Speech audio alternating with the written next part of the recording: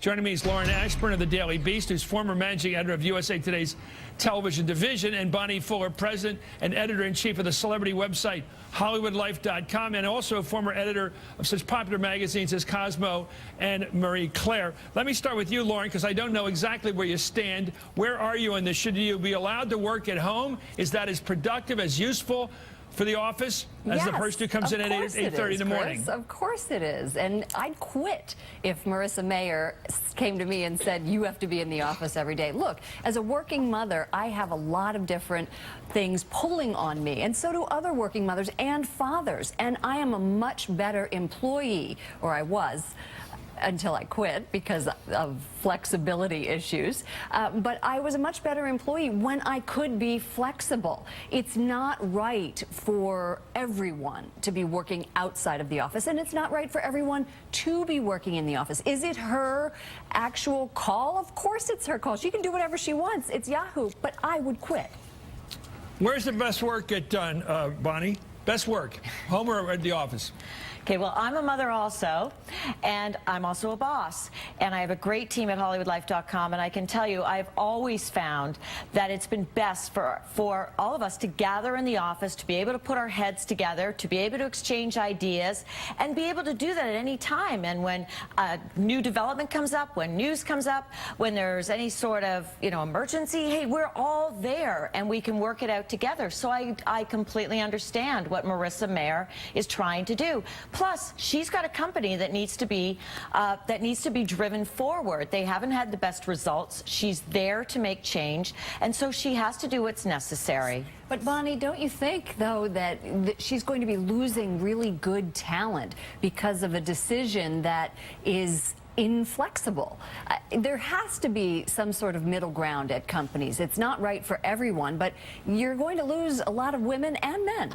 Well, what we don't know is if it is totally inflexible. I'm sure that Yahoo will make accommodations for excellent employees who need to sometimes work at home, or perhaps need to stay working at home.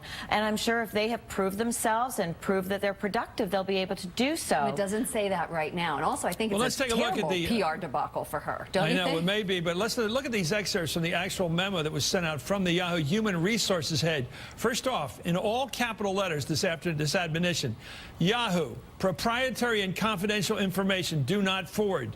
Well, it didn't take long for Yahoo employees to disregard that. It goes on to say that beginning in June, all Yahoo employees with work-from-home arrangements will be required to come into the office. And here's the reasoning. Speed and quality are often sacrificed when we work from home. We need to be one Yahoo, and that starts with physically being together. It extends beyond just the work-from-home types. The memo continues, for the rest of us who occasionally have to stay home for the cable guy, please use your best judgment in the spirit of collaboration.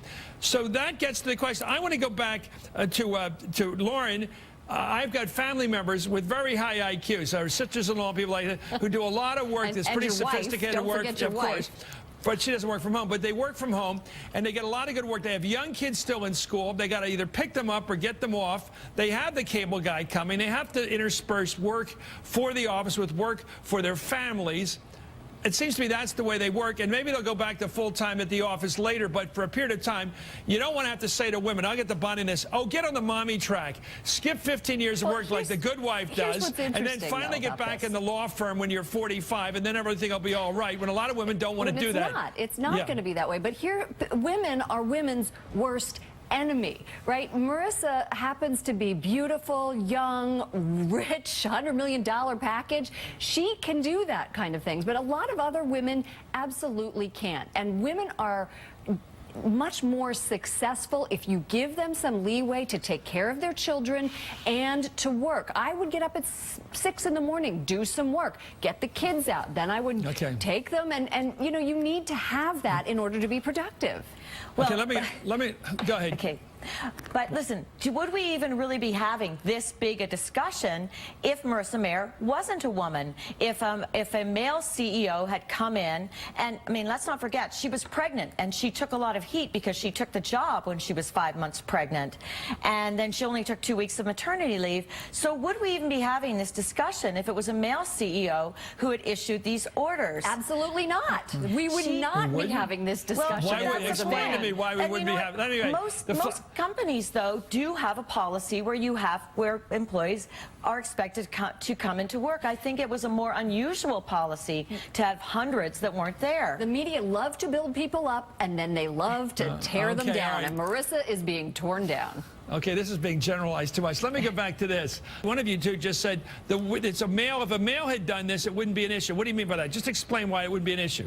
It wouldn't be an issue at all, because the male isn't normally the caregiver of all of the children. Traditionally, that is changing. But here we have a woman, a young woman who just had a baby, who, don't forget, built a nursery next to her office, and now she's telling other people that they can't take care of their children in a way that works best for them and for their job.